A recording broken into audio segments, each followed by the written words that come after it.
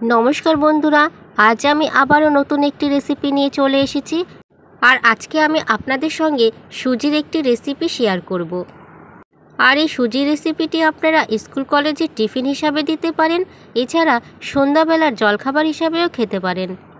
খুবই দারুণ ও সুস্বাদু রেসিপি, আর খুব কম সময়ের মধ্যেও বানানো হয়ে যায় এই রেসিপিটি। রেসিপি তৈরির জন্য প্রথমে গ্যাসের ওভেনে একটা কড়াই বসিয়ে দিয়েছি, আর কড়াইয়ের মধ্যে আমি দিলাম 1 চামচ ঘি। আপনারা ঘি অথবা সাদা তেল দুটো মিশিয়েও করতে পারেন। ঘিটা প্রথমে গরম করে নেব, তারপরে আমি এর মধ্যে দেব কাজু আর কিশমিশ। আপনারা চাইলে অন্য যে কোনো ড্রাই ফ্রুটসও নিতে পারেন। আর এবারে আমি গ্যাসের ফ্লেমটাকে লোয়ে রেখে 1 থেকে 1.5 মিনিট সময় নিয়ে কাজু বাদাম আর কিশমিশ ভেজে নেব। আর এবারে কাজু কিশমিশগুলো ভালো করে ভাজা হয়ে গেছে, আর কাজু কিশমিশগুলোকে এখন একটা প্লেটের মধ্যে নামিয়ে নিচ্ছি।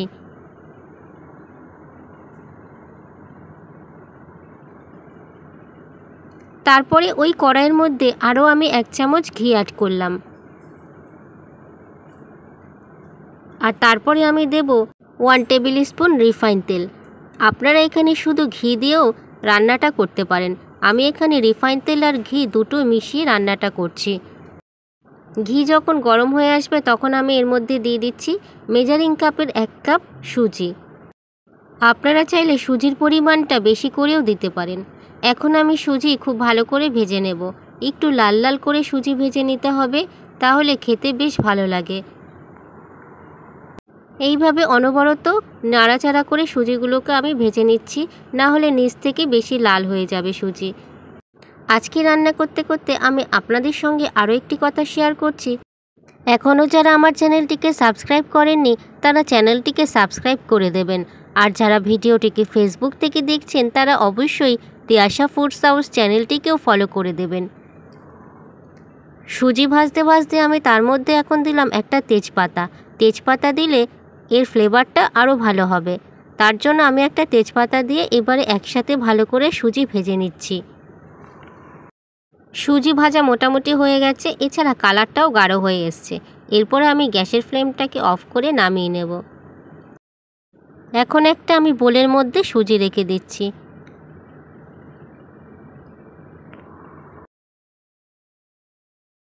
আর এখন তেজপাতাটা আমি ফেলে দেব।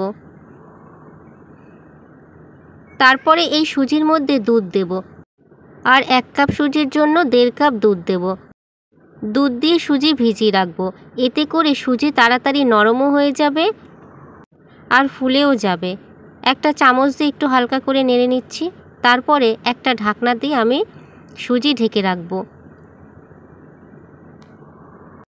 অন্যদিকে আমি একটি কড়াই বসিয়ে দিয়েছি ওভেনে। কড়াইটা প্রথমে ভালো করে গরম করে নেব। কড়াই গরম করে চিনি দিলে চিনির ক্যারামেলের রঙটা তাড়াতাড়ি চলে আসে। আর দেখতেই পাচ্ছেন আপনারা চারিদিক থেকে কিন্তু ক্যারামেলের রঙটাও ধরেছে। আর এবারে চিনি গলিয়ে নেব, আর বানিয়ে নেব আমি চিনির ক্যারামেল।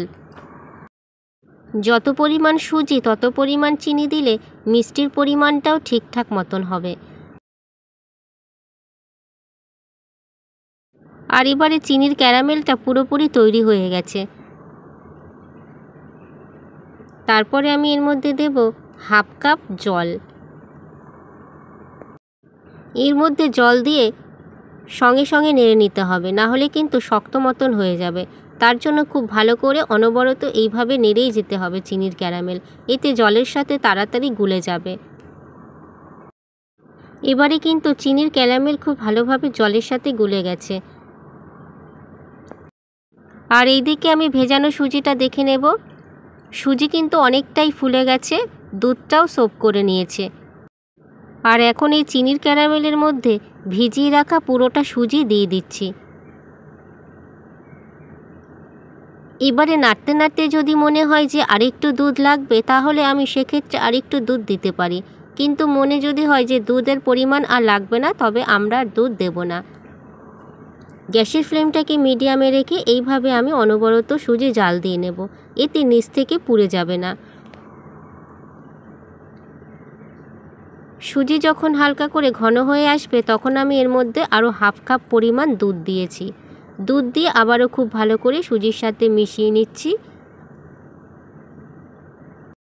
আর বন্ধুরা, আজকের এই মিষ্টি সুজির হালুয়া রেসিপির পদ্ধতিটি কিন্তু খুবই সহজ। আপনারা চাইলে বাড়িতেও একদিন চেষ্টা করতে পারেন। আর সুজি পুরো শুকিয়ে নিতে হবে যাতে ঝরঝরে মতন হয়। যতক্ষণ না পর্যন্ত সুজিটা খুব ভালোভাবে শুকিয়ে আসছে ততক্ষণ পর্যন্ত আমি এরকমভাবে নেড়েচেড়ে রান্না করে নেব। আর এই সুজির হালুয়া কিন্তু খুবই ঝরঝরে হবে, সেটা আপনারা অবশ্য দেখতেই পারবেন। সুজি যখন খুব ভালো করে এরকম শুকিয়ে আসবে তখন আমি এর মধ্যে দিয়ে দেব ভেজে রাখা কাজু আর কিশমিশ। এবারে আমি কাজু কিশমিশগুলো দিয়ে দিচ্ছি। কাজু কিশমিশ দিয়ে আবার একটু ভালো করে নেড়েচেড়ে আমি সুজির এই হালুয়া বানিয়ে নেব। এটা ঠান্ডা হয়ে গেলে কিন্তু আরও ঝরঝরে হবে আর খেতে কিন্তু দুর্দান্ত লাগে। তাহলে বন্ধুরা, মিষ্টি সুজির হালুয়া একদম রেডি হয়ে গেছে। আর এবারে আমি একটা প্লেটের মধ্যে নামিয়ে রাখব। আর বন্ধুরা, আজকের এই রেসিপিটি যদি আপনাদের ভালো লাগে ভিডিওটিকে অবশ্যই লাইক করে দেবেন। কেমন হয়েছে সে বিষয়েও জানিয়ে দেবেন কমেন্ট করে। এছাড়া আপনারা অবশ্যই ভালো থাকবেন, সুস্থ থাকবেন। আর ভিডিওটি প্রথম থেকে শেষ পর্যন্ত দেখার জন্য অসংখ্য ধন্যবাদ।